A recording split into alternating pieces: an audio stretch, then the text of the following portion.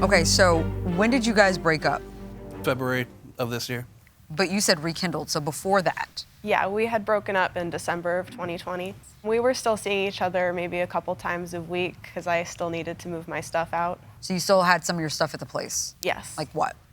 A lot of the kitchen belongings were mine. A lot of the furniture was mine. Okay. Clothing, bathroom things. Is that the reason why you didn't agree with her being removed from the lease? I guess I'm trying to understand why you only wanted mom off, but not the girl that you're no longer dating. We wanted to be independent. We didn't want her on the lease any longer.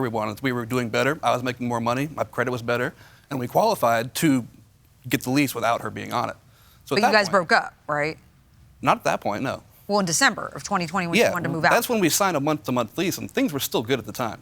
And y'all never had a conversation because she's saying her understanding was that she was moving out and she wasn't going to be on the lease. And you're saying that was not your understanding. So y'all had no conversation? We did have a conversation, but she was never taken off the lease, and we didn't have talks to take her off of the lease until I moved out. And so you expected her to pay her half of the rent even when she wasn't living there? No, that's why I'd got a new roommate. So the new roommate was going to cover her portion of the rent, but you still wanted her to still be on the hook for it? Not necessarily. On paper? I mean, it wasn't a malicious intent. She just wasn't taken off the lease. Because what would be natural is that your new roommate would be on the lease. Right. Because the apartment, I'm assuming, had no idea that he was your roommate? Because he wasn't. Was not. She no. was not. You had a female roommate? Yes.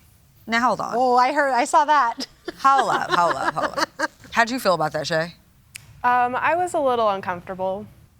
You don't see the problem here? I do. She was my friend. She got kicked out of her place, and she needed a place to live. The timing lined up. I had a spot. And y'all didn't have any issues? You didn't have an issue? She helped her move in. Shea, why would you help another girl move in who you seem to have not a problem with, but you're uncomfortable with the living situation?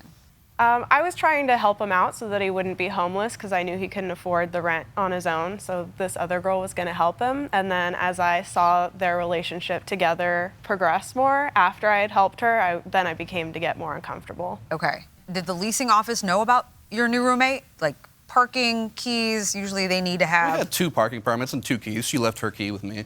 So the apartment complex knew nothing about this new roommate? No. But they still believed that Shea was living in the apartment? I believe so. That's not honest. No. That's a problem. Right. I couldn't make it alone. I needed the money, and she wouldn't have qualified for the lease. This new roommate of Yes, yours? correct. The overdue amounts were only at the end of your tenancy. Yes. So there was a period of several months then between when Shea left, when rent was being paid in full, before it became an issue. Okay. So you had this other individual move in. She was paying you half the rent? Mm-hmm. That was about 3 months until she moved out. Okay, so essentially what happened is Shea moved out, you found a replacement roommate. I take it became romantic at some point with the replacement roommate. That's not really convincing. The way you go. Yeah, Okay. no. That was not a full-throated denial, and No, I saw Your a Honor. full-throated nod. We get it.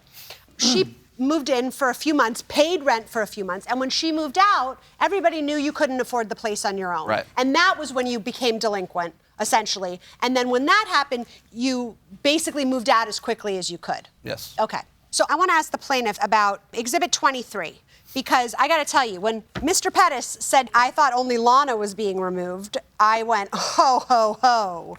But then I looked at your evidence, and it says here about the roommate removal form on the email, good afternoon, Braden and Shea. I wanted to follow up with you both in regards to removing Lonna from the lease. And Lonna, you're CC'd there. But it goes on to explain in some detail that after removing Lonna, the 2 of you, meaning Braden and Shea, were reconfirmed as approved without having to run the credit. This actually suggests to me that maybe it really was that only Lonna was supposed to be removed. Am I wrong or am I right? We were still waiting on the new roommate getting her credit score run so that she could be added to the leasing agreement, and then I would be removed. Okay.